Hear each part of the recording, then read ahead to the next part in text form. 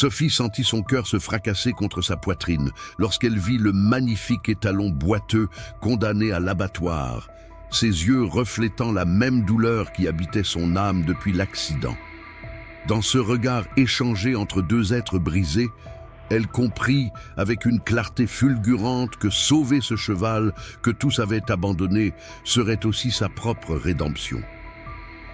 Avant de continuer, n'oubliez pas de vous abonner à la chaîne, d'aimer la vidéo et de commenter d'où dans le monde vous regardez. Allons-y.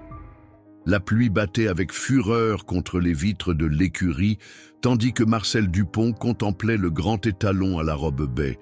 L'animal, autrefois majestueux, se tenait maintenant dans un coin de son box, sa jambe arrière droite légèrement relevée, refusant de supporter pleinement son poids.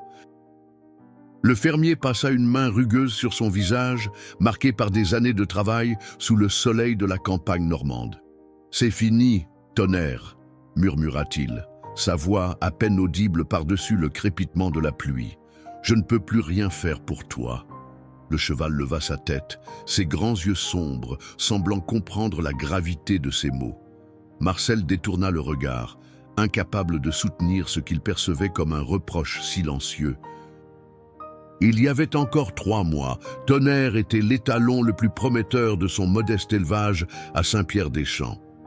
Un investissement de 4 ans, près de 20 000 € et d'innombrables heures d'entraînement, tous réduits à néant par cette boiterie persistante que même le vétérinaire le plus réputé de la région n'avait pu guérir. Monsieur Dupont, la voix de Gérard, son employé, interrompit ses pensées.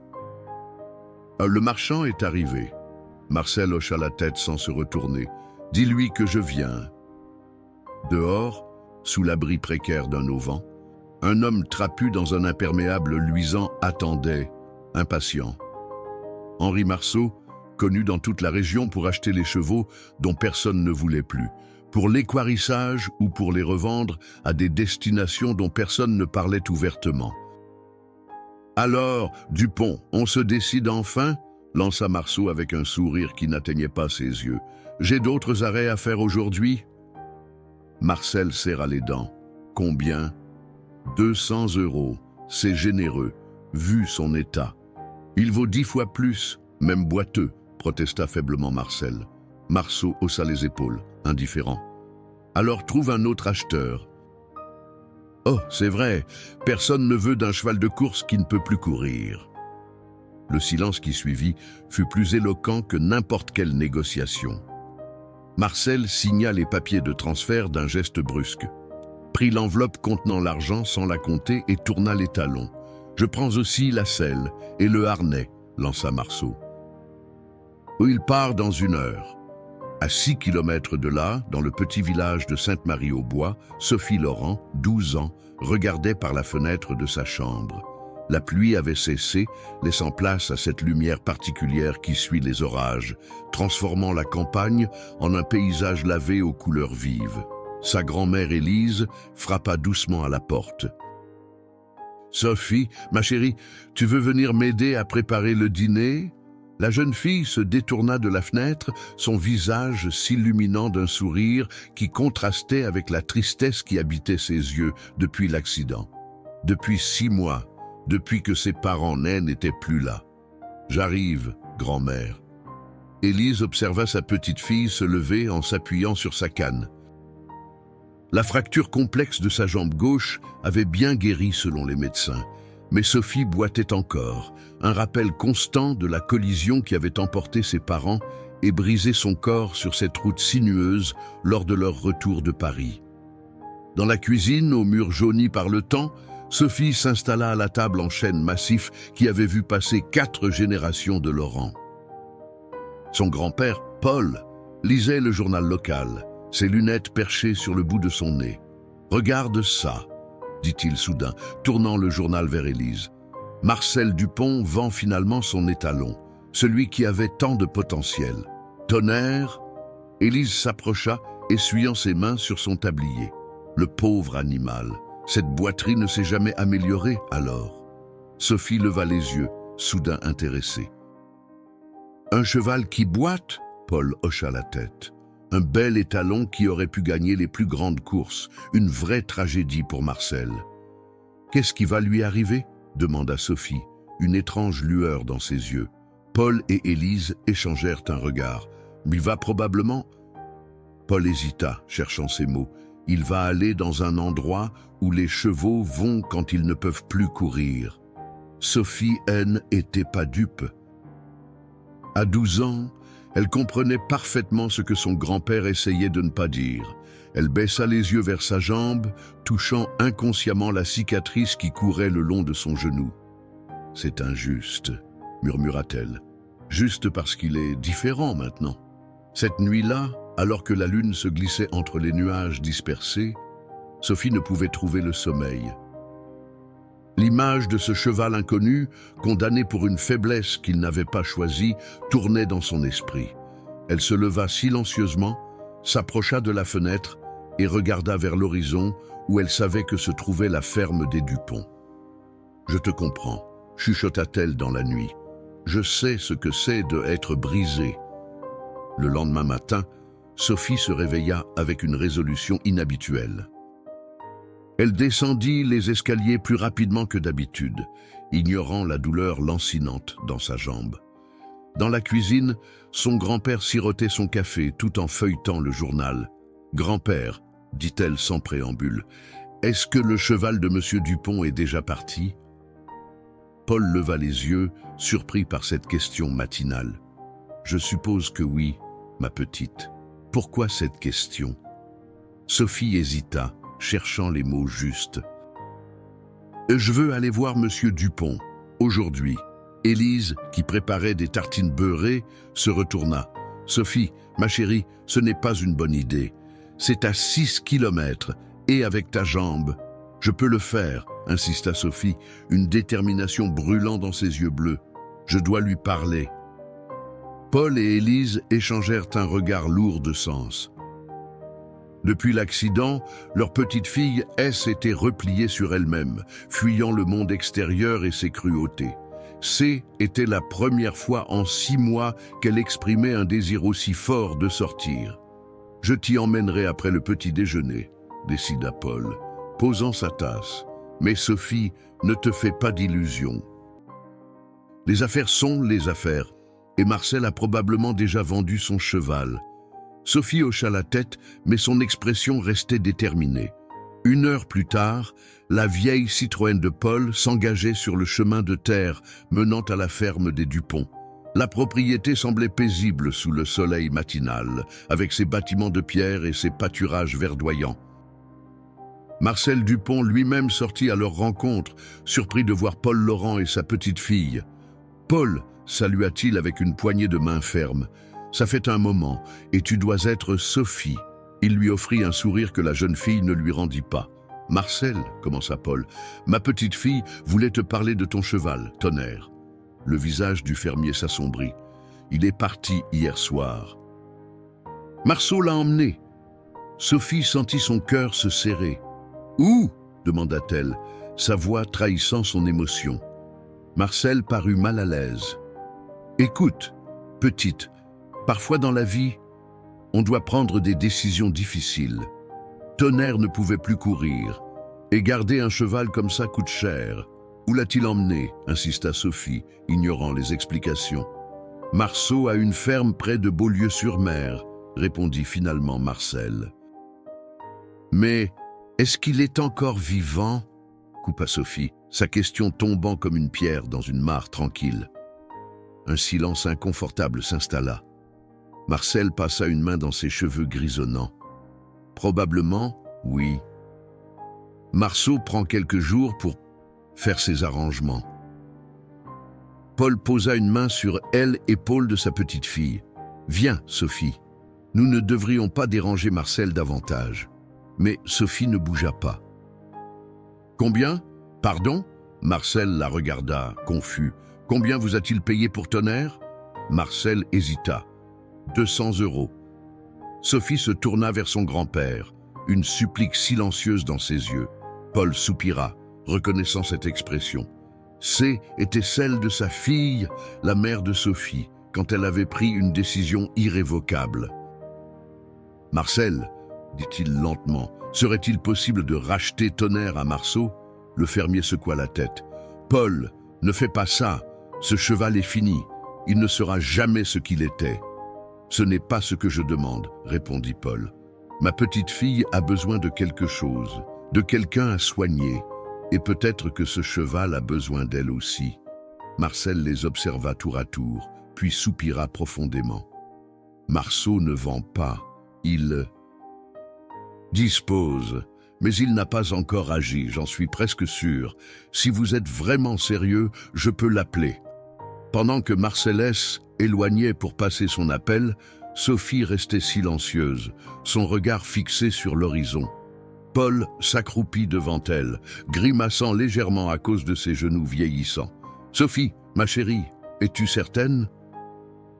Un cheval représente beaucoup de responsabilités, surtout un cheval blessé. « Je suis brisée aussi, grand-père, » murmura-t-elle. « Personne ne m'a abandonné. » Ces simples mots firent monter les larmes aux yeux de Paul. Il hocha la tête, incapable de parler. Marcel revint, son visage reflétant une surprise évidente. « Marceau accepte de vous le revendre pour 300 €. Il dit que le cheval n'est pas encore traité. Vous pouvez le récupérer aujourd'hui à Beaulieu. Nous le prenons, » déclara Paul sans hésitation. Sur le chemin du retour, Sophie regardait par la fenêtre, ses pensées tournées vers ce cheval inconnu qu'elle venait de sauver.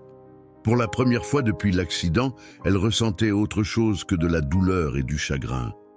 C était ténu, fragile, mais indéniablement présent, un sentiment de but.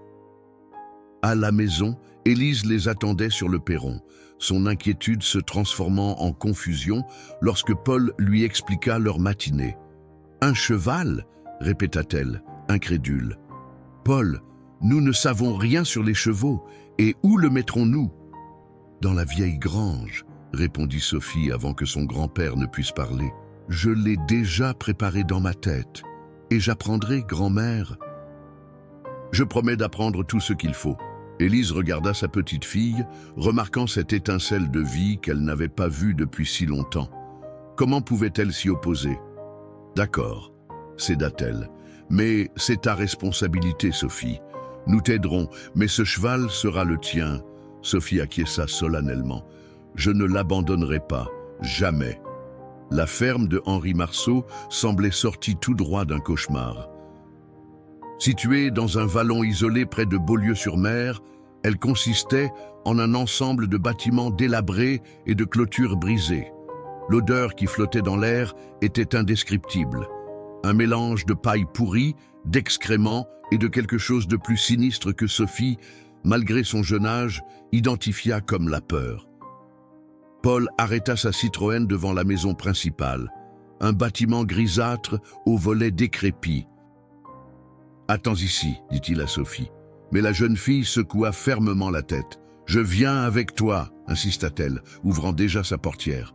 Henri Marceau apparut sur le seuil avant même qu'il n'atteigne la porte. C était un homme trapu aux épaules larges, son visage buriné, figé dans une expression d'ennui perpétuel. « Alors c'est vous, les nouveaux propriétaires du champion déchu » lança-t-il, son regard s'attardant sur la canne de Sophie. « Parfait, un boiteux pour une boiteuse. » Paul s'avança, plaçant instinctivement sa petite fille derrière lui. « Nous sommes venus chercher Tonnerre. » Marceau haussa les épaules. « Il est dans la dernière stalle. Ne vous attendez pas à des miracles. Cette bête est finie. » Sophie contourna son grand-père et affronta le regard de Marceau. « Il n'est pas fini. Il est juste différent maintenant. » Un sourire narquois étira les lèvres de l'homme. « On verra combien de temps durera ton enthousiasme, petite. Les animaux brisés finissent toujours par revenir chez moi. » Paul posa une main ferme sur l'épaule de Sophie. « L'argent d'abord, puis nous prenons le cheval et partons. » La transaction fut brève et froide. Marceau empocha les 300 € sans même les compter, puis les conduisit vers une écurie sombre à l'arrière de la propriété.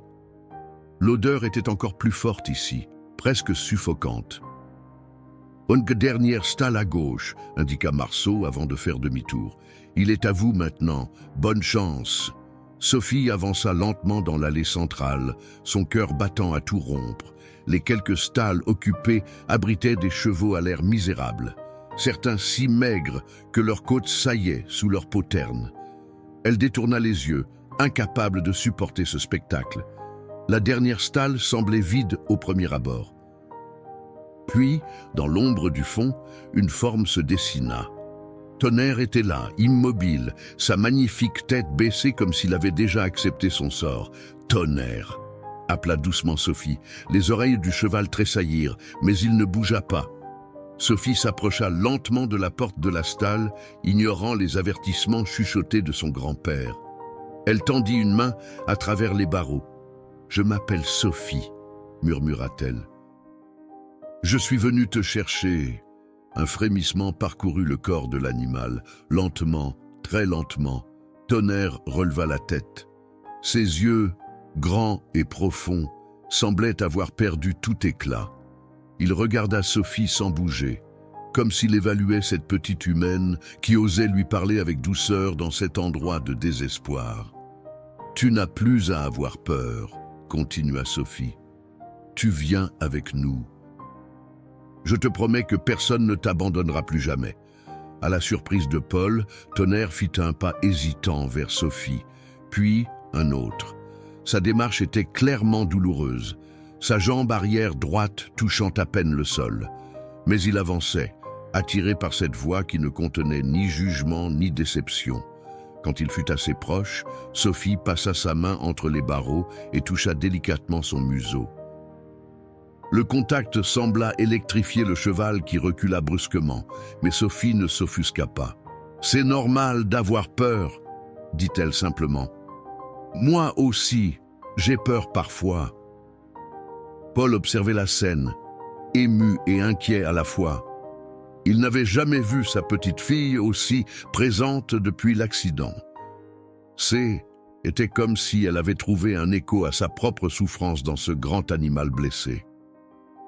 Il fallut près d'1 heure pour faire sortir Tonnerre de sa stalle et le guider jusqu'à la petite remorque qu'ils avaient empruntée à un voisin. Chaque pas semblait être un combat pour le cheval, mais Sophie restait patiemment à ses côtés, lui parlant continuellement d'une voix douce et rassurante. « Il est dans un état lamentable », remarqua Paul une fois Tonnerre installé dans la remorque. « On devrait appeler le vétérinaire dès notre retour. » Sophie acquiesça, ses yeux ne quittant pas le cheval. « Il a besoin de soins, de nourriture et surtout de temps. Mais il ira mieux, grand-père, je le sais. » Sur le chemin du retour, Sophie resta silencieuse, perdue dans ses pensées. Par la petite fenêtre qui donnait sur la remorque, elle pouvait apercevoir Tonnerre, qui se balançait légèrement au rythme des cahots de la route. Il paraissait si grand, si majestueux malgré sa condition, que Sophie sentit monter en elle une détermination qu'elle n'avait pas connue depuis longtemps. À Sainte-Marie-aux-Bois, leur arrivée ne passa pas inaperçue. Plusieurs voisins sortirent pour observer le spectacle inhabituel de la vieille Citroën de Paul Laurent tirant une remorque à cheval. Parmi eux se trouvait le docteur Bertrand, le médecin du village qui suivait la rééducation de Sophie. « C'est ton nouveau patient ?» demanda-t-il en s'approchant, un sourire curieux aux lèvres. Sophie hocha la tête. « Il s'appelle Tonnerre.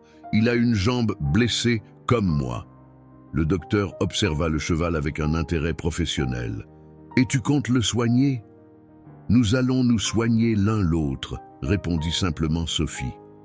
Le médecin échangea un regard significatif avec Paul, puis acquiesça lentement. « C'est une idée intéressante. » Très intéressante, en fait. La vieille grange des Laurent n'avait pas abrité d'animaux depuis plus d'1 décennie. Paul avait passé l'après-midi à la nettoyer pendant que Élise et Sophie préparaient un espace confortable pour Tonnerre. La jeune fille avait insisté pour étendre elle-même la paille fraîche, malgré la douleur dans sa jambe qui s'intensifiait après cette journée éprouvante. Faire descendre Tonnerre de la remorque fut une épreuve. L'animal tremblait, refusant d'abord de bouger, comme s'il craignait que ce nouveau lieu ne soit qu'une autre étape vers l'inévitable. Il fallut toute la patience de Sophie et une pomme judicieusement offerte pour le convaincre de poser ses sabots sur le sol de la ferme des Laurent. Doucement, murmurait Sophie alors que le grand étalon boitait jusqu'à la grange. « Tu es chez toi maintenant. Personne ne te fera de mal ici. » Cette nuit-là, Sophie insista pour dormir dans la grange, sur un lit de fortune installé près du box de Tonnerre. Élise protesta vigoureusement, mais Paul intervint. « Laisse-la, Élise. Le cheval a besoin de s'habituer à elle, et Sophie a besoin de ceci. » Élise céda, mais pas sans apporter à sa petite fille un thermos de chocolat chaud et des couvertures supplémentaires. « Tu m'appelles si tu as besoin de quoi que ce soit, d'accord? Ton téléphone est chargé ?» Sophie hocha la tête, ses yeux déjà fixés sur Tonnerre qui explorait prudemment son nouvel environnement. « Tout ira bien, grand-mère. Nous avons besoin d'être ensemble ce soir. » Restée seule avec le cheval, Sophie s'installa confortablement sur son lit improvisé et ouvrit un vieux livre qu'elle avait trouvé dans la bibliothèque de son grand-père. Anatomie et soins équins. Les pages jaunies étaient remplies de schémas détaillés et d'instructions précises. « Je vais apprendre tout ce que je peux pour t'aider », dit-elle à Tonnerre, qui la regardait de ses grands yeux sombres. « Nous allons nous remettre ensemble, tu verras. » Au matin, le docteur Leroy, vétérinaire équin de la région, arriva comme convenu. C était un homme d'une 50aine d'années, au visage sévère mais aux gestes doux. Sophie, qui n'avait dormi que par intermittence, l'accueillit à l'entrée de la grange. « Alors, c'est notre patient ?» demanda-t-il, en observant Tonnerre qui, était placé au fond de son box. Méfiant. « Il a très peur », expliqua Sophie. « Il a été maltraité, je crois. » Le docteur Leroy hocha la tête. « Je connais la réputation de Marceau. Ce cheval a eu de la chance que vous l'ayez trouvé. » L'examen fut difficile. Tonnerre refusait de se laisser approcher par le vétérinaire, hennissant et reculant dès que l'homme tentait de toucher sa jambe blessée. Ce fut finalement Sophie qui dut rester près de sa tête, lui parlant doucement, pendant que le docteur Leroy procédait à son examen. « Tendinite chronique », diagnostiqua-t-il enfin, son front plissé d'inquiétude, aggravé par un mauvais traitement et le manque de soins appropriés. La bonne nouvelle, c'est que ce n'est pas irréversible. Il pourra remarcher normalement ? Demanda Sophie, ses yeux s'illuminant d'espoir. Le vétérinaire hésita. Normalement, probablement pas. Mais avec des soins adaptés, de la physiothérapie et beaucoup de patience, il pourrait retrouver une mobilité acceptable. Il ne sera jamais un cheval de course à nouveau, mais il pourra vivre sans douleur, compléta Sophie. C'est tout ce qui compte. Le docteur Leroy sourit, impressionné par la maturité de la jeune fille. Exactement. Je vais te laisser des anti-inflammatoires et un programme de soins. Il faudra lui faire des exercices spécifiques, des massages, des bains froids pour sa jambe. Ce sera beaucoup de travail. Je suis prête, affirma Sophie sans hésitation. Après le départ du vétérinaire, Paul trouva sa petite fille assise sur un tabouret, en train de étudier méticuleusement le programme de soins. « Alors ?» demanda-t-il doucement. « Il aura besoin d'exercices quotidiens », répondit Sophie, sans lever les yeux. Des massages 2 fois par jour, des compresses froides après chaque séance d'exercice, des médicaments pendant au moins 1 mois. Paul s'assit à côté d'elle. « Sophie, ma chérie, c'est une énorme responsabilité. Tu es sûre que tu pourras... » « Oui, » l'interrompit-elle fermement. « Je peux le faire, grand-père, je dois le faire. » Elle leva finalement les yeux vers lui, et Paul fut frappé par l'intensité de son regard. « Quand j'ai eu mon accident, les médecins ont dit que je ne remarcherais peut-être jamais normalement non plus, mais j'ai travaillé dur, j'ai fait tous les exercices, même quand ça faisait mal, même quand je voulais abandonner. Et tu as fait des progrès remarquables, acquiesça Paul. Tonnerre mérite la même chance, conclut Sophie. Il a juste besoin de quelqu'un qui croit en lui. Dans les jours qui suivirent, Sophie établit une routine stricte. Elle se levait à l'aube pour donner ses médicaments à Tonnerre et faire les premiers exercices de la journée. Elle avait adapté le programme du docteur Leroy, incorporant des techniques qu'elle avait elle-même apprises lors de sa rééducation. Élise observait avec un mélange d'admiration et d'inquiétude sa petite fille boiter jusqu'à la grange chaque matin, quelle que soit la météo ou son propre niveau de douleur. Mais elle ne pouvait nier les changements qu'elle voyait. Sophie souriait à nouveau. Elle parlait avec animation des progrès de Tonnerre, si minimes soient-ils. Pour la première fois depuis l'accident, elle semblait avoir retrouvé un but. « Elle guérit », dit-elle un soir à Paul, alors qu'ils regardèrent par la fenêtre Sophie brosser lentement Tonnerre dans la cour. Pas seulement sa jambe, son cœur aussi. Paul acquiesça, sa gorge serrée par les émotions. Ce cheval est la meilleure chose qui pouvait lui arriver. Ce qu'il ne savait pas encore, c'est que ce N était que le début d'une transformation qui dépasserait toutes leurs espérances. 1 mois s'écoula, puis 2. L'automne s'installait doucement sur Sainte-Marie-aux-Bois, parant les arbres de teintes flamboyantes. Dans la grange des Laurents, une transformation silencieuse mais significative s'opérait. Tonnerre n'était plus l'animal craintif et méfiant des premiers jours. Son pelage, autrefois terne et négligé, avait retrouvé une brillance soyeuse grâce au brossage quotidien de Sophie. Ses yeux, jadis voilés par la résignation, s'animaient désormais d'une étincelle nouvelle lorsqu'il entendait les pas familiers de la jeune fille. Quant à Sophie, le changement était tout aussi remarquable. Elle utilisait moins sa canne, s'appuyant davantage sur sa propre force. Le docteur Bertrand, lors de sa dernière visite, avait noté une amélioration significative dans sa démarche. « C'est extraordinaire », avait-il commenté à Élise. À tous ces allers-retours à l'écurie, ces exercices qu'elle fait avec Tonnerre, elle accomplit en 2 mois ce que nous espérions voir en 1 an de rééducation. Ce matin-là, Sophie avait une idée nouvelle. Après avoir administré les médicaments de Tonnerre, désormais réduits à une dose d'entretien, elle sortit de son sac un lit-col en cuir souple qu'elle avait acheté avec ses économies. « Aujourd'hui, on va faire quelque chose de différent », annonça-t-elle au cheval qui l'observait attentivement. « Il est temps que tu sortes un peu plus. » Jusqu'à présent, les exercices de Tonnerre étaient limités à de courts trajets dans la cour adjacente à la grange. Sophie passa délicatement le lit-col autour de la tête du cheval, qui accepta sans résistance. « On va juste jusqu'au petit pré », expliqua-t-elle, comme si l'animal comprenait chacun de ses mots. Pas trop loin, mais assez pour changer d'air. Paul, qui travaillait dans le potager, s'arrêta pour observer sa petite fille, guider lentement Tonnerre hors de la grange. Le cheval boitait toujours, mais sa démarche était plus assurée, plus fluide qu'auparavant. « Où allez-vous comme ça ?» demanda-t-il, s'essuyant les mains sur son pantalon de jardinage. « Au petit pré », répondit Sophie. Le docteur Leroy a dit qu'il était temps d'augmenter progressivement les distances. C'est bon pour son tendon.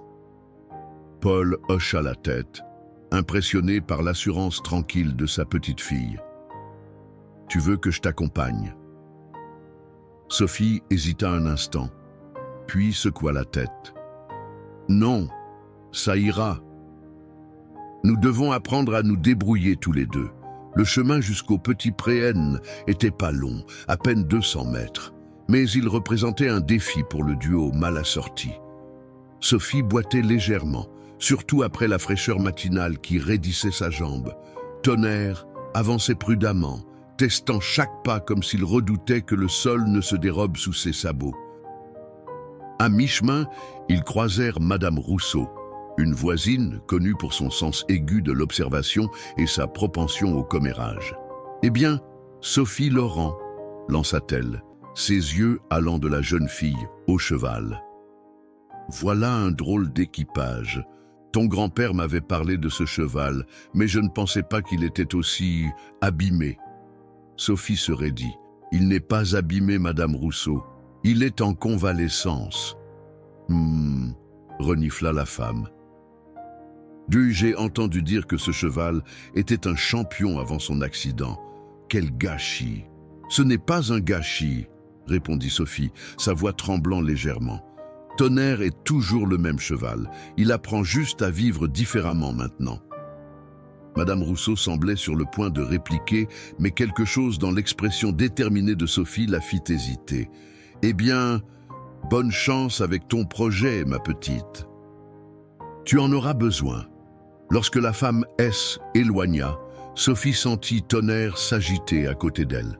Elle posa une main apaisante sur son encolure. « Ne l'écoute pas, » murmura-t-elle. « Elle ne comprend pas. Elle ne voit que ce qui manque, pas ce qui reste. » Arrivée au petit pré, Sophie laissa Tonnerre explorer librement l'espace, gardant simplement une main légère sur la longe. Pour la première fois depuis son arrivée chez les Laurent, le cheval avait suffisamment d'espace pour s'étendre vraiment. Après quelques pas hésitants, il sembla prendre confiance et accéléra légèrement. Sa boiterie toujours présente, mais moins prononcée dans l'herbe moelleuse. Sophie s'assit sur une souche, observant avec émerveillement ce grand animal qui paraissait redécouvrir le plaisir simple de se mouvoir. Un mouvement à la lisière du pré attira son attention. Le docteur Bertrand se tenait là, son appareil photo à la main. « Je peux ?» demanda-t-il en s'approchant, montrant l'appareil. Sophie acquiesça, intriguée. « Pourquoi prenez-vous des photos de Tonnerre ?»« Pas seulement de Tonnerre, » répondit le médecin en ajustant son objectif. « De vous deux. Je documente quelque chose d'assez remarquable, je crois. » Il prit plusieurs clichés alors que Tonnerre revenait vers Sophie, poussant doucement son museau contre l'épaule de la jeune fille. « J'ai une théorie, » continua le docteur Bertrand en baissant son appareil.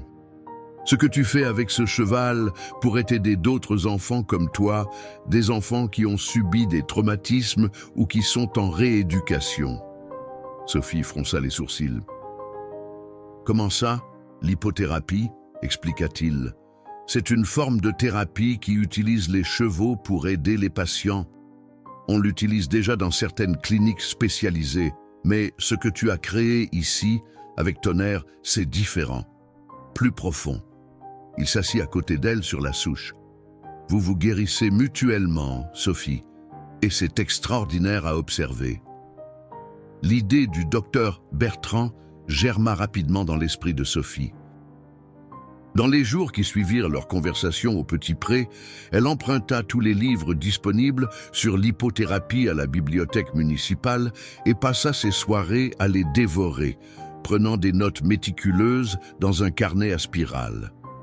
Un matin pluvieux d'octobre, alors qu'elle massait délicatement le tendon de Tonnerre, la porte de la grange s'ouvrit sur son grand-père, accompagné d'une femme que Sophie ne connaissait pas.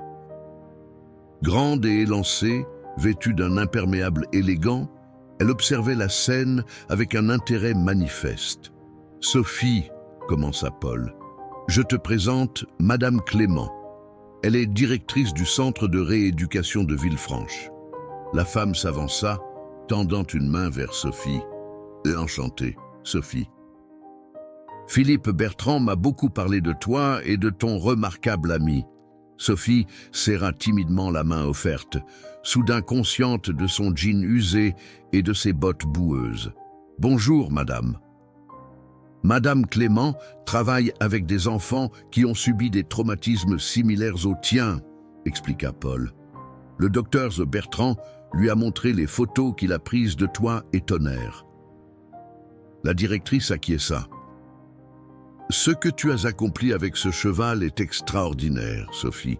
Philippe pense, et je suis d'accord avec lui, que d'autres enfants pourraient bénéficier d'une expérience similaire. » Sophie sentit son cœur s'accélérer. « Vous voulez dire, utiliser Tonnerre pour aider d'autres enfants ? » « Pas exactement, » sourit Madame Clément. « Nous pensons que tu pourrais aider d'autres enfants avec Tonnerre. Ta connexion avec lui est unique. Tu as trouvé une approche que bien des thérapeutes professionnels cherchent pendant des années. » La jeune fille baissa les yeux, caressant distraitement l'encolure de Tonnerre qui s'était approché, curieux. « Je ne fais rien de spécial. Je comprends juste ce qu'il ressent. Et c'est précisément ce qui est spécial, insista Madame Clément. Cette empathie, cette capacité à voir au-delà de la blessure. Elle s'accroupit pour être au niveau de Sophie. « J'ai un patient, Lucas. Il a 8 ans et il a perdu l'usage de ses jambes dans un accident il y a 6 mois. Depuis, il refuse de parler, de participer à sa rééducation. Il s'enferme dans un silence que personne n'a réussi à briser. »« Et vous pensez que Tonnerre pourrait l'aider » demanda Sophie, dubitative. « Je pense que vous deux pourriez l'aider, » corrigea Madame Clément. Parfois, Sophie, ceux qui ont été brisés sont les seuls à pouvoir vraiment comprendre comment reconstruire. Paul, qui était resté silencieux, intervint doucement. « Tu n'es pas obligé de décider maintenant, ma chérie. C'est beaucoup à assimiler. » Mais Sophie n'avait pas besoin de temps pour réfléchir. Une certitude tranquille était installée en elle. Quand pourrait-il venir ? Le samedi suivant, une voiture médicalisée s'arrêta devant la ferme des Laurent. Madame Clément en descendit, suivie d'une femme d'une trentaine d'années qui aida un petit garçon en fauteuil roulant à sortir du véhicule. Lucas était pâle et frêle, ses yeux sombres fixés obstinément sur ses genoux. Il ne réagit pas quand sa mère le présenta à Paul et Élise, ni quand Madame Clément lui expliqua gentiment où il se trouvait. Sophie attendait dans la grange, aussi nerveuse que le jour où elle avait rencontré Tonnerre pour la première fois. Elle avait préparé l'espace avec soin, élargissant le passage pour permettre au fauteuil roulant de circuler facilement. Lorsqu'ils entrèrent, Lucas leva brièvement les yeux, puis les baissa aussitôt. Sa mère, Madame Moreau, semblait épuisée, les traits tirés par des mois d'inquiétude. « Lucas, dit doucement Sophie, je m'appelle Sophie, et voici mon ami Tonnerre. » Le cheval, comme s'il comprenait l'importance du moment, s'approcha lentement de la barrière du box, tendant son museau vers le petit garçon. Lucas ne bougea pas, mais Sophie remarqua un infime tressaillement de ses doigts. « Tonnerre avait très peur quand il est arrivé ici, » continua-t-elle, décidant instinctivement de ne pas s'adresser directement à Lucas, mais de simplement parler comme elle le faisait souvent avec Tonnerre. Sa jambe était blessée, comme la mienne. Les médecins pensaient qu'il ne remarcherait jamais correctement. Elle se dirigea vers le cheval, caressant son encolure. « Tu veux le toucher ?» Aucune réponse. « Ce n'est pas grave si tu préfères juste regarder aujourd'hui. Tonnerre aussi avait besoin de temps pour faire confiance à nouveau. » Sophie commença alors sa routine habituelle avec Tonnerre, lui parlant doucement, tout en le brossant. Elle expliqua chacun de ses gestes, décrivant comment le cheval avait progressivement repris confiance, comment ils avaient appris ensemble à adapter leurs mouvements à leurs nouvelles limitations. « Le plus difficile, dit-elle en massant délicatement le tendon de Tonnerre, était d'accepter que nous ne serions plus jamais comme avant, que nous devions trouver une nouvelle façon d'être forts. » Du coin de l'œil, elle vit Lucas lever légèrement la tête, son regard suivant ses mouvements. « Maintenant, nous allons faire nos exercices, » annonça Sophie. Elle sortit Tonnerre de son box et commença à le guider dans une série de mouvements lents et délibérés que le docteur Leroy avait conçus pour renforcer son tendon sans le surmener. À un moment, Tonnerre trébucha légèrement et Sophie dut s'appuyer plus fortement sur sa jambe blessée pour maintenir, elle, équilibre.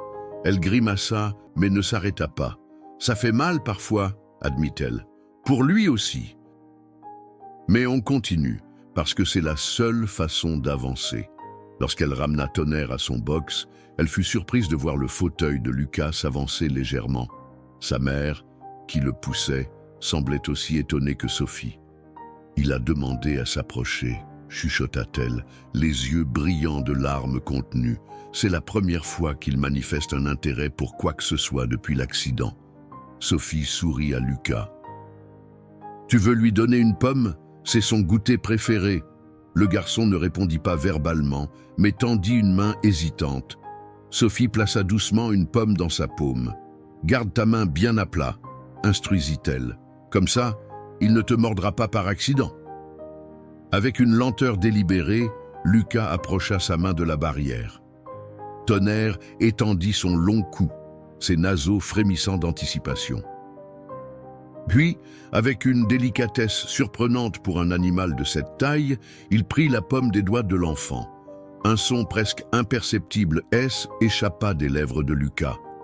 Ce « N » n'était pas tout à fait un rire, plutôt un souffle surpris, mais C était la première réaction émotionnelle qu'il montrait depuis des mois.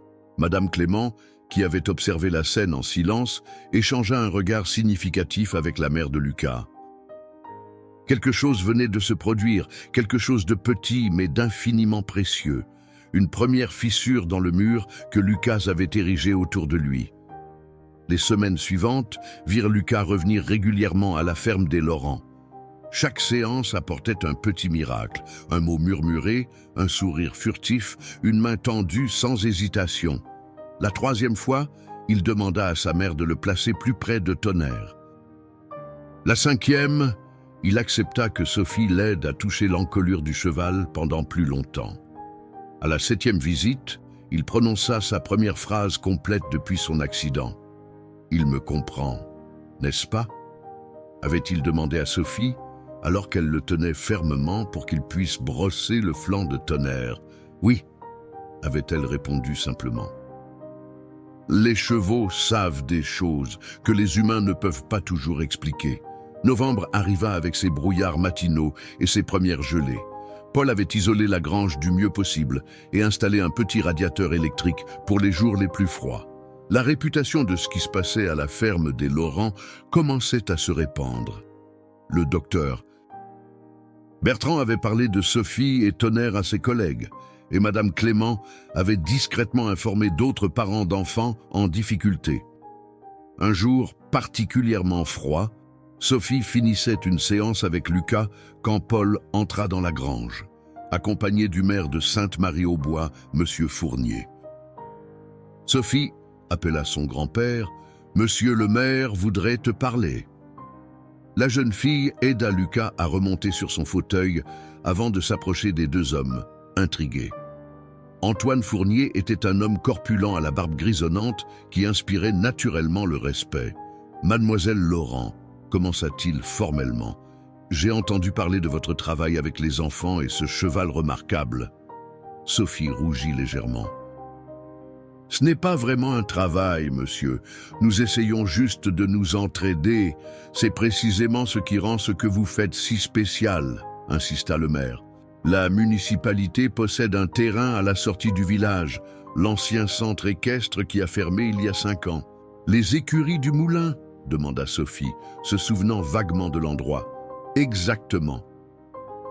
Les bâtiments sont toujours en bon état et il y a plusieurs hectares de pâturage. Le conseil municipal a voté hier soir et nous avons décidé à l'unanimité de vous proposer d'utiliser ces installations pour développer votre programme thérapeutique. » Sophie resta bouche bée, incapable de formuler une réponse cohérente. « Bien sûr, » continua le maire, « il y aurait des conditions. Le docteur Bertrand et Madame Clément devraient superviser l'aspect médical. Et nous devrions trouver des financements pour l'entretien des lieux et peut-être l'acquisition d'autres chevaux adaptés. »« D'autres chevaux ?» répéta Sophie, abasourdie. Paul posa une main sur l'épaule de sa petite fille. « Ce que monsieur le maire essaie de te dire, Sophie, c'est qu'il pense que ce que tu as commencé ici pourrait devenir quelque chose de plus grand. Un véritable centre d'hypothérapie.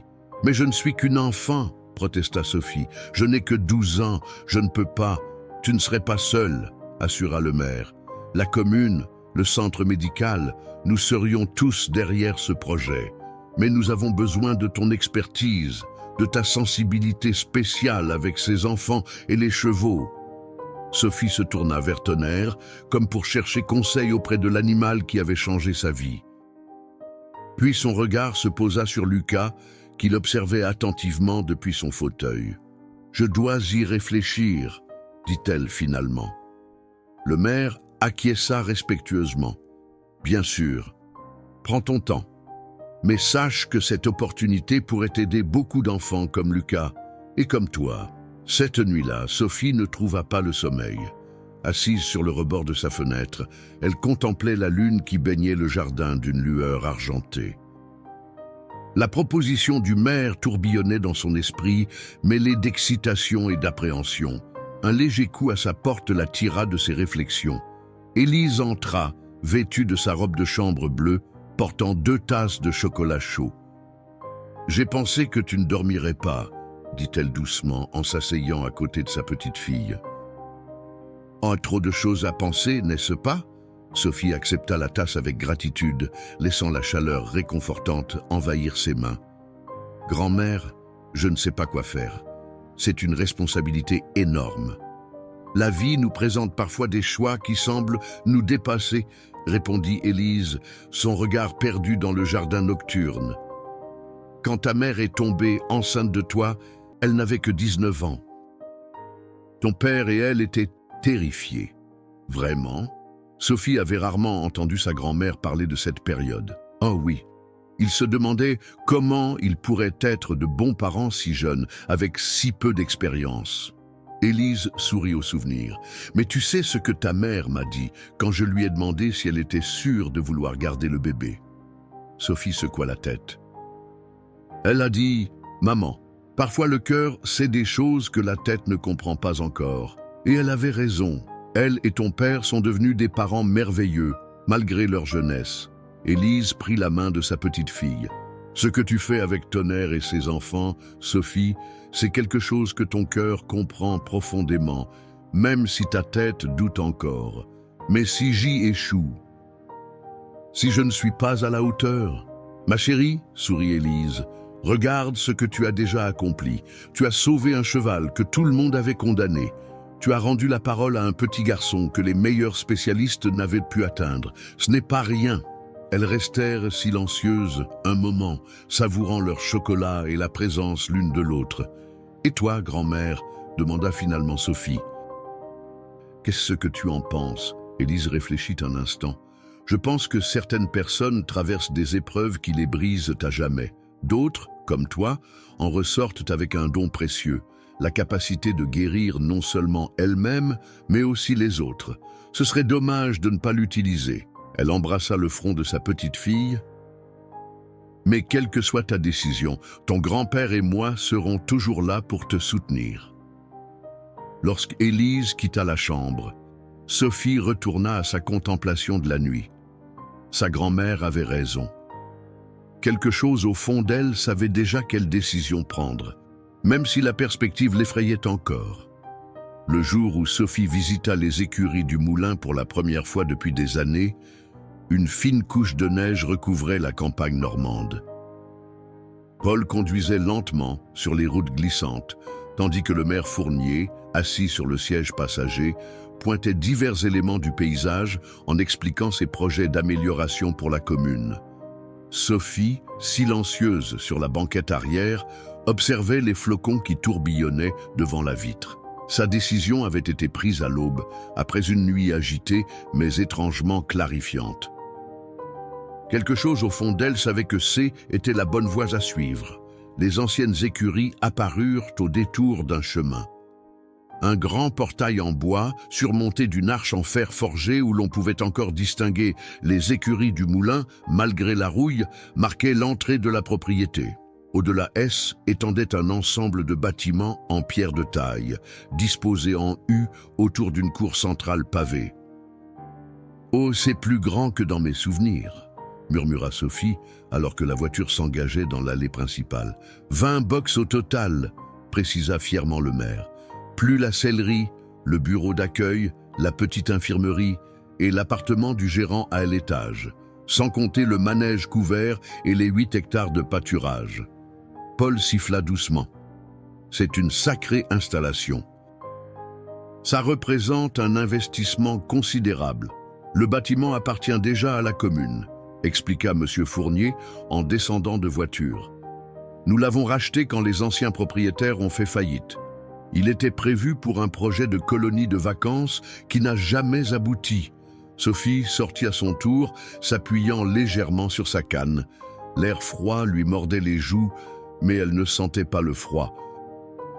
Une émotion étrange, mélange d'excitation et d'appréhension, la réchauffait de l'intérieur. Le maire déverrouilla la porte principale et ils entrèrent dans le bâtiment principal. Une odeur de poussière, de paille ancienne et de bois vieilli les accueillit. Malgré 5 ans d'abandon, l'endroit était remarquablement bien conservé. « Nous avons maintenu l'entretien minimum », expliqua le maire en allumant les lumières. « Le toit a été refait il y a 3 ans et le système électrique est aux normes. » Sophie avança lentement, passant sa main sur les séparations en bois des boxes vides.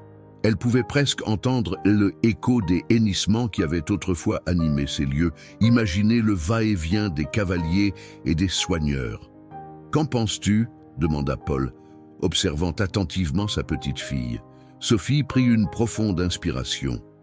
« Je pense que Tonnerre se plairait ici, et les autres aussi. Les autres !» releva le maire. « Les autres chevaux comme lui », précisa Sophie. « Ceux que personne ne veut plus parce qu'ils sont blessés ou trop vieux. Ils pourraient avoir une seconde chance ici, comme Tonnerre. » Paul et le maire échangèrent un regard surpris. Cette dimension du projet n'avait pas été évoquée auparavant. « Tu voudrais en faire aussi un refuge pour chevaux abandonnés ?» demanda Paul. Sophie hocha la tête, soudain animée par cette nouvelle idée. « Pensez-y, grand-père. Ces chevaux que tout le monde rejette pourraient aider des enfants que tout le monde a du mal à atteindre, comme Lucas et moi. Nous comprenons la douleur, la peur, le sentiment de être différent. » Le maire se frotta le menton, pensif. « Ce serait un angle intéressant pour les demandes de subvention, un double projet social et thérapeutique. » « Ce n'est pas qu'une question d'argent, » intervint Sophie, une pointe d'indignation dans la voix. « C'est une question de justice. Ces chevaux méritent une chance, tout comme les enfants. » Monsieur Fournier leva les mains en signe d'apaisement. « Bien sûr, bien sûr. Je ne voulais pas réduire ton idée à une simple question financière. Je trouve au contraire que c'est brillant. » Paul posa une main fière sur l'épaule de sa petite fille. Sophie a toujours eu cette capacité à voir des connexions là où d'autres ne voient que des problèmes séparés. Ils continuèrent la visite, explorant chaque recoin des écuries. Le manège couvert était particulièrement impressionnant, avec son toit en arc soutenu par des élégantes poutres en bois et ses grandes fenêtres qui laissaient entrer une lumière naturelle abondante. « On pourrait installer une rampe d'accès ici », suggéra Sophie en désignant un côté du manège, pour les enfants en fauteuil roulant comme Lucas. Et peut-être des barres parallèles comme celles que j'utilise en rééducation pour ceux qui apprennent à remarcher. Le maire prenait des notes, visiblement impressionné par les idées précises de la jeune fille. « As-tu pensé à un nom ?» demanda-t-il soudain. Sophie s'immobilisa, prise au dépourvu. « Un nom ?»« Pour le centre. Chaque lieu a besoin d'une identité, d'un nom qui reflète sa mission. » La jeune fille réfléchit un moment, laissant son regard parcourir l'espace lumineux du manège, imaginant déjà les enfants et les chevaux qui s'y retrouveraient. « Les écuries de l'espoir », dit-elle finalement, « parce que c'est ce que nous offrirons ici. De l'espoir pour ceux qui pensent l'avoir perdu. » Ce soir-là, de retour à la ferme, Sophie retrouva Tonnerre avec une énergie renouvelée.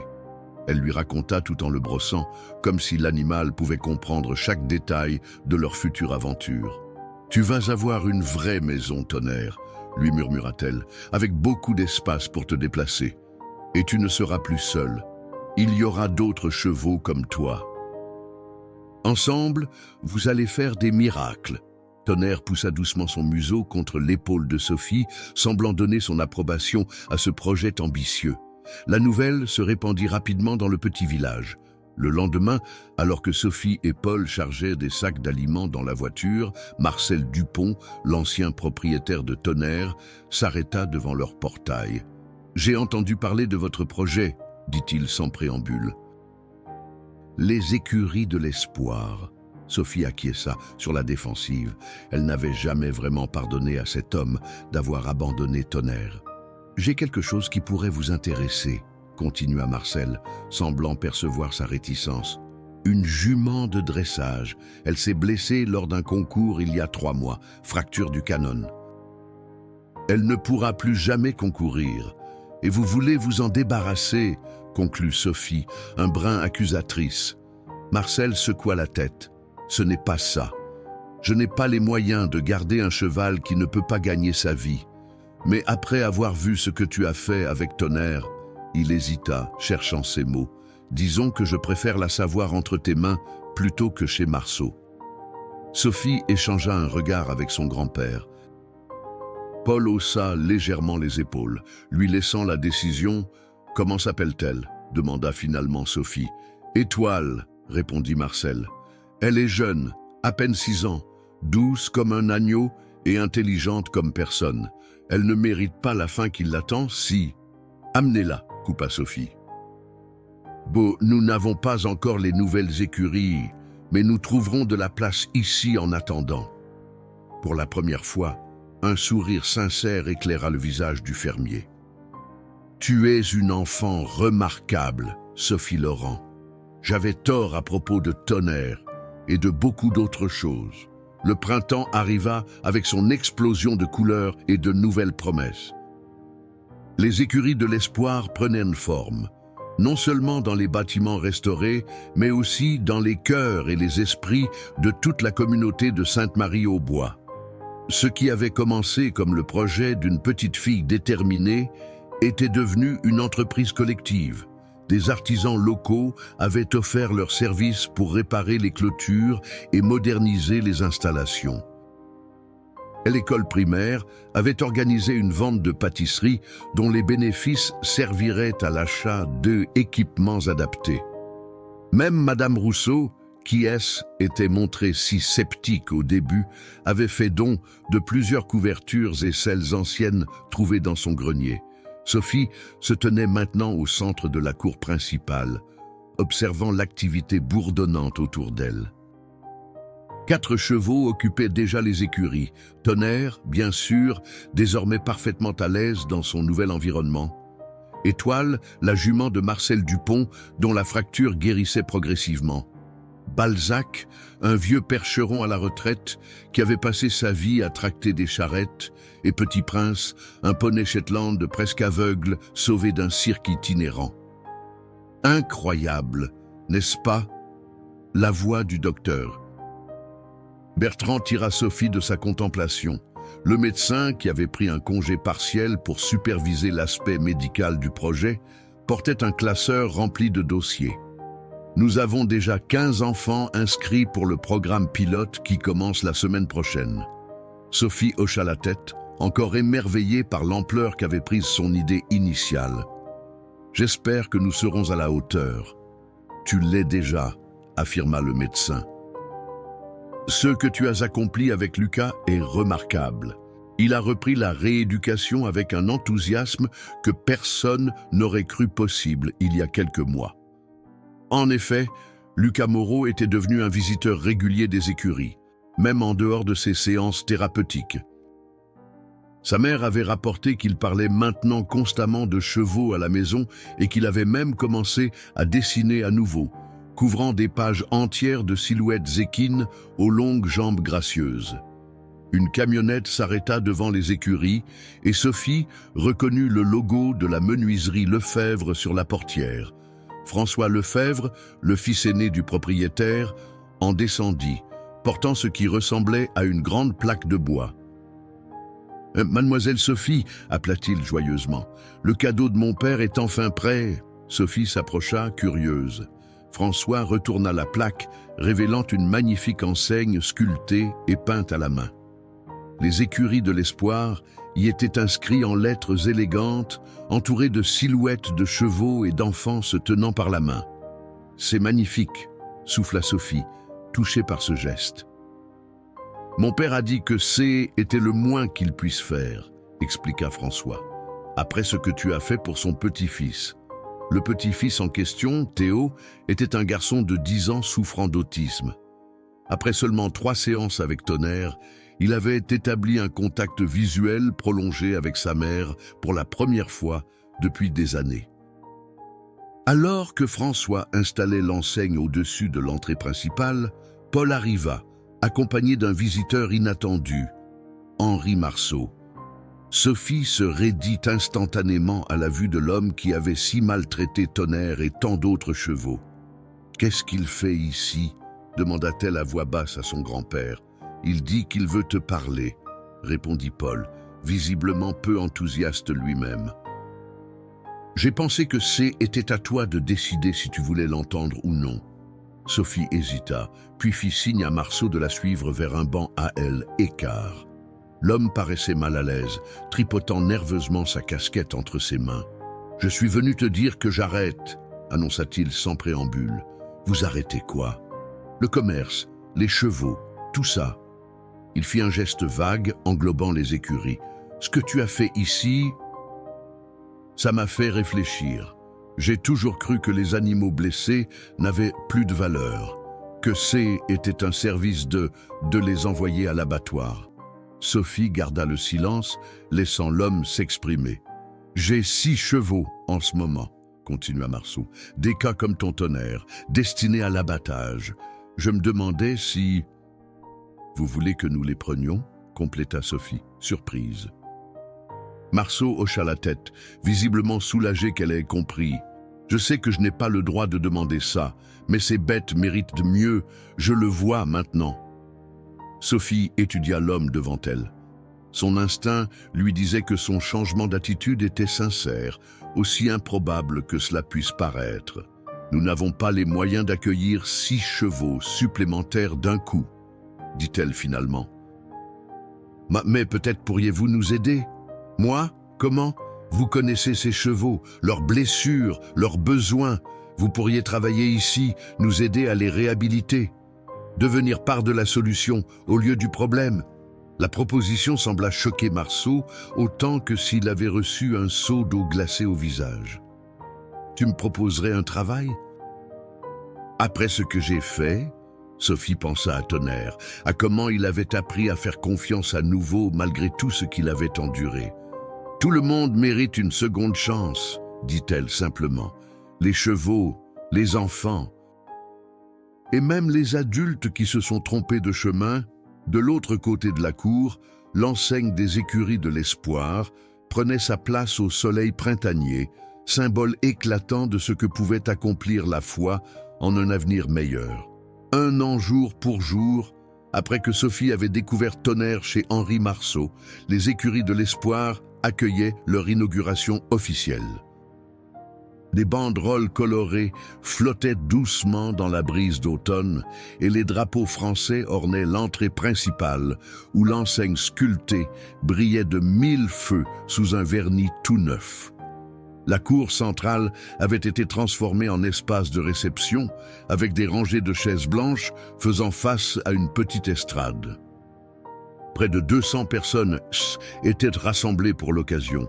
Familles des enfants participant au programme, donateurs, bénévoles, journalistes locaux et simples curieux attirés par cette initiative unique en son genre. Sophie, debout près de l'entrée des écuries, ajustait nerveusement le col de sa veste bleu marine. À 13 ans maintenant, elle semblait avoir grandi bien au-delà de son âge, non seulement en taille, mais aussi en maturité. Sa jambe lui faisait rarement mal désormais, et elle ne se servait plus de sa canne que lors des journées particulièrement humides. « Prête ?» demanda Paul en s'approchant, élégant dans son costume des grandes occasions. Sophie prit une profonde inspiration, aussi prête que possible. Le maire Fournier, au micro, invitait déjà la jeune fille à le rejoindre sur l'estrade. Les applaudissements crépitèrent lorsqu'elle s'avança, marchant d'un pas presque régulier devant l'assemblée. « Mesdames et messieurs » commença-t-elle, la voix légèrement tremblante avant de s'affermir. « Il y a 1 an, J était une enfant brisée qui a rencontré un cheval brisé. Nous n'avions, lui et moi, que notre douleur en commun. Aujourd'hui, nous avons tellement plus. » Son regard balaya la foule, s'arrêtant sur Lucas qui souriait depuis son fauteuil au premier rang, sur Marcel Dupont qui hochait la tête avec approbation, sur Henri Marceau qui se tenait discrètement à l'arrière, et bien sûr, sur ses grands-parents dont les yeux brillaient de fierté. Les écuries de l'espoir ne sont pas juste un centre d'hypothérapie ou un refuge pour chevaux abandonnés. C'est la preuve que nos faiblesses peuvent devenir nos plus grandes forces quand nous les partageons avec les autres. Elle fit signe et les grandes portes des écuries s'ouvrirent. Henri Marceau, désormais responsable des soins aux chevaux, apparut, tenant Tonnerre par un licol décoré. Elle et Talon avançaient d'un pas mesuré mais assuré, sa robe baie luisant sous le soleil automnal. Un murmure d'admiration parcourut l'assistance. Même ceux qui connaissaient l'histoire de Tonnerre furent saisis par la transformation de l'animal.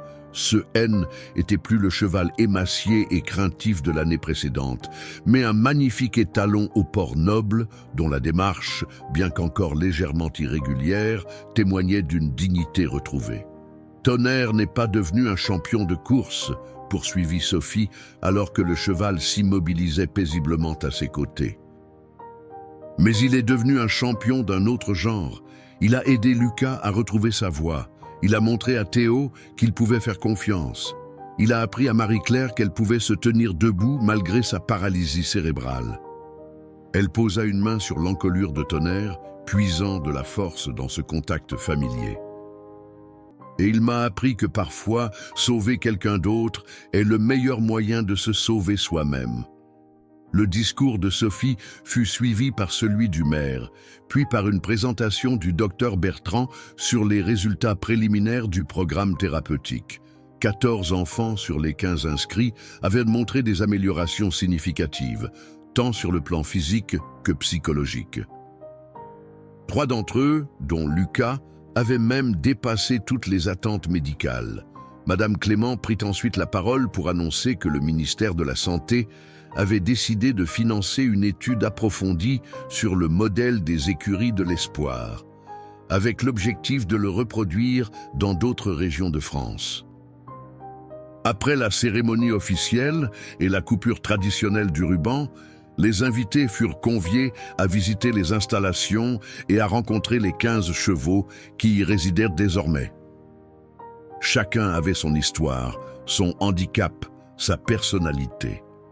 Et chacun avait trouvé une nouvelle raison d'exister en aidant des enfants qui comprenaient instinctivement leur souffrance. Alors que la journée touchait à sa fin et que les derniers visiteurs quittaient les lieux, Sophie s'accorda un moment de solitude avec Tonnerre dans le petit pré qui était devenu leur refuge privé.